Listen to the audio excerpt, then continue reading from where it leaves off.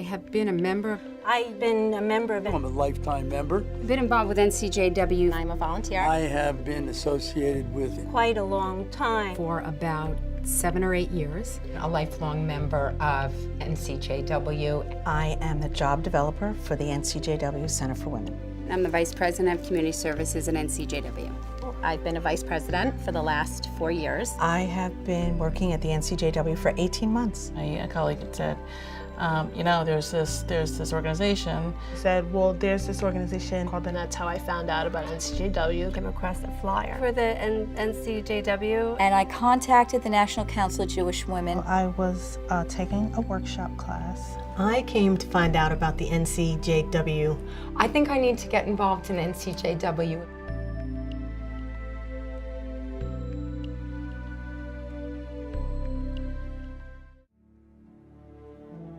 On January 26, 1912, 37 women with a passion for helping others vote unanimously to form the Newark section of the National Council of Jewish Women.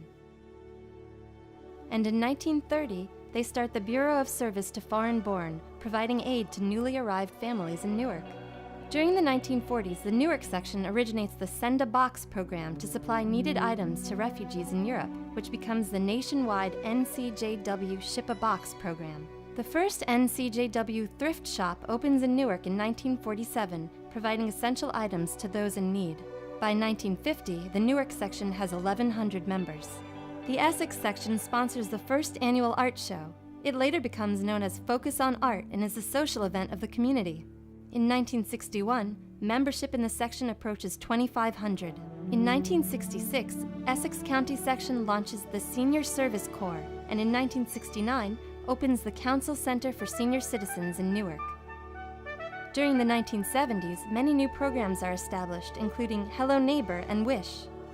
The Martha Lehman Leadership Institute and the Task Force on Battered Women are also launched. In 1981, the Essex section opens the NCJW Center for Women with Project Grow. Later, Families in Transition, the Displaced Homemakers Program, and Law, Legal Assistance for Women are also formed. In the 1990s, members of the Creative Hands group knit and crochet much-needed items for babies and seniors in the community. The section also launches the Financial Awareness for Women project and becomes a founding partner of the Rachel Coalition. During this time, the Teen Dating Abuse Project begins, visiting high schools and providing information to more than 2,500 teens annually to prevent them from entering or remaining in abusive relationships.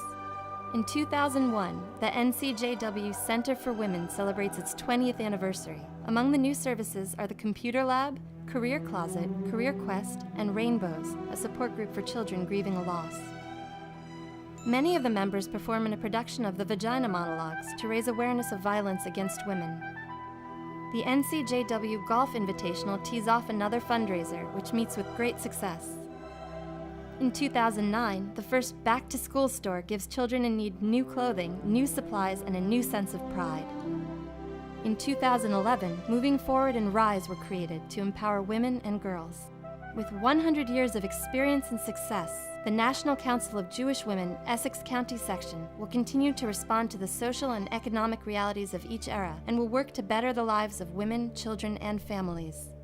It will continue to give those in need what they need.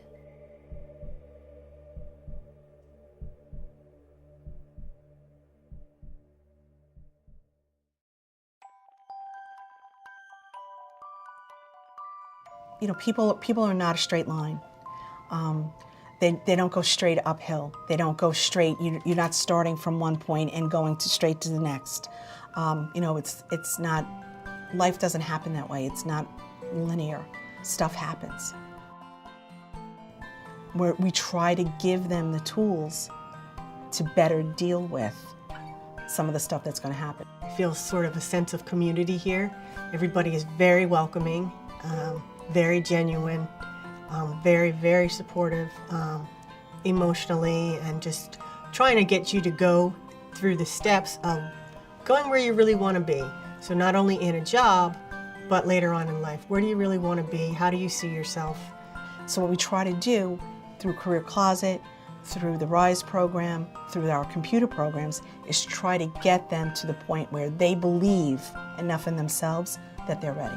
In 10 years, I see myself, graduated from school, working in the field of my career where I want to be and living on my own. And then in 5 years I said, well, I at least want to be graduated and living on my own. And so then this year I said, well, I want to work on living on my own. And getting good grades so that I can graduate. Since I finished that program, I'm definitely a much more positive person. I've found that my life has changed and that things are definitely moving forward at a much faster pace than they were before. I just felt a little bit more prepared when I would go out to a job, knowing that I have some skills. I'm looking forward to working with the center because it's going to give me options to really just have a plethora of resources. I've just gotten an email today. It's like, I really like this job, but now I'm thinking about doing this. And I'm like, look at you just going. You who were married for 33 years, who didn't think you could do anything, and now you're telling me what you do. I'm like, fabulous, okay. Just to keep my goals centered, like my goal of living on my own is centered, so I'm going to keep myself surrounded by stuff pertaining to that.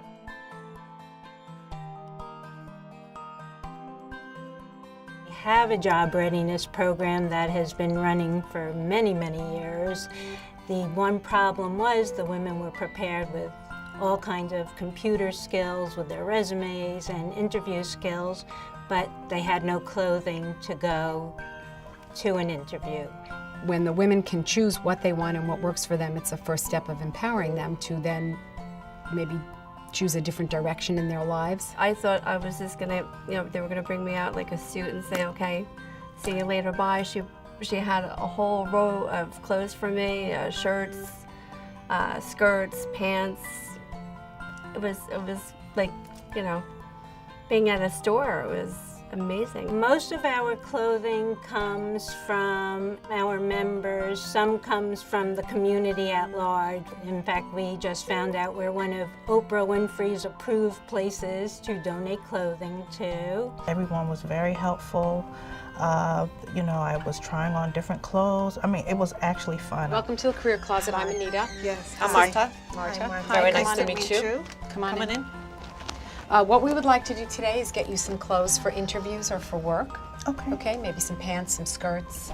We've seen people come out of that fitting room, look in the mirror, and have never seen themselves look like that, and sometimes actually can't stop looking at themselves. Yeah. And it's like a moment. They're just standing there, and that's for us, I think, the most rewarding. That sometimes at that moment they could see a different future. I did have a first interview, and I think the suit looked so good they called me back for a second interview. I got the job.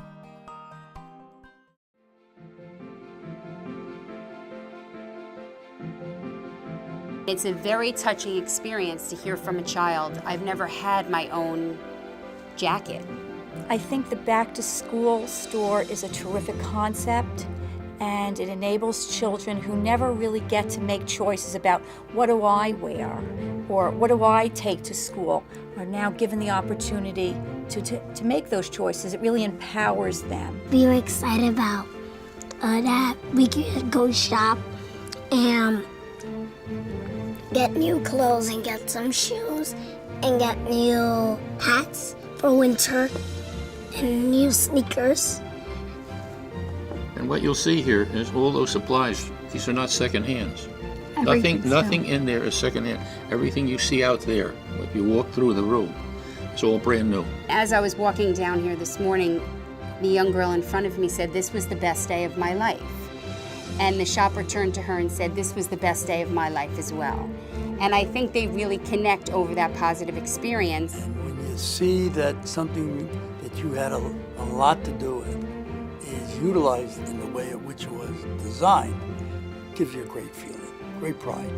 And it's pride in my synagogue for participating in this great event.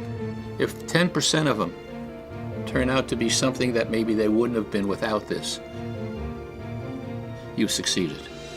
It will be the best day of your life. You will never feel better about yourself and about what you do and what you can do for the community. I can't thank you enough for coming up with this idea, and I know how much work goes into putting it together, and today's the culmination, but it doesn't end today. It really goes on all year for the families that you help.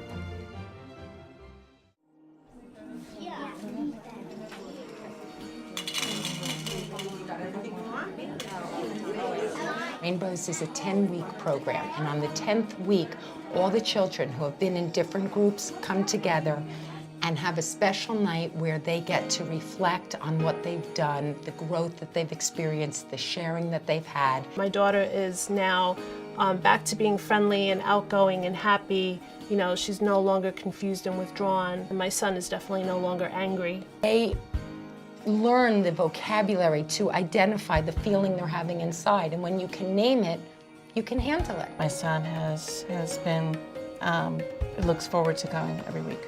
It's helped me as well because it's given me some strategies to help cope, help him through what's going on in his mind. One of the older boys said he was very apprehensive. He didn't think he would like this kind of setting, but he's definitely coming back because he's never had anything where somebody listens to what he's saying.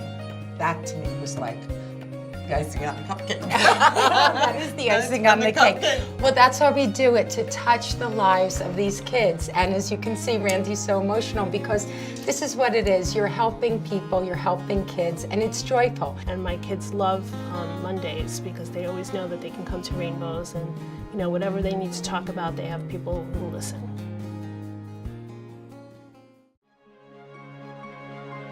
If I could give them a word, 2 words, I would say love and I would say passion. Because these women are truly passionate about helping people. They're truly passionate about seeing growth. You never hear no. You never hear no from the center.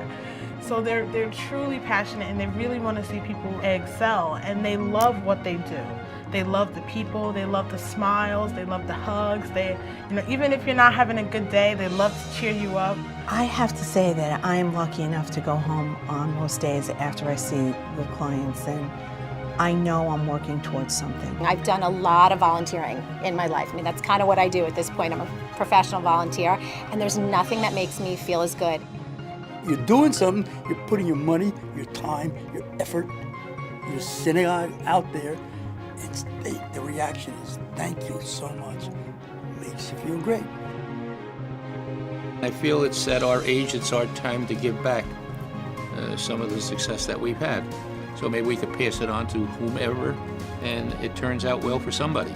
And it probably will. We may not know who that is, but it will.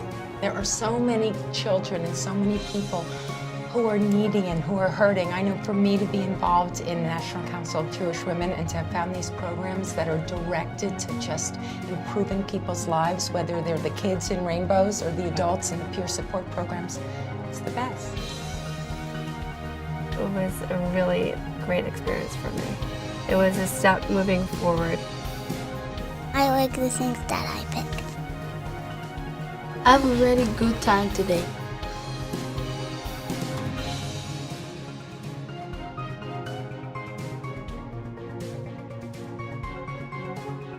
I felt ready and prepared. It was actually fun.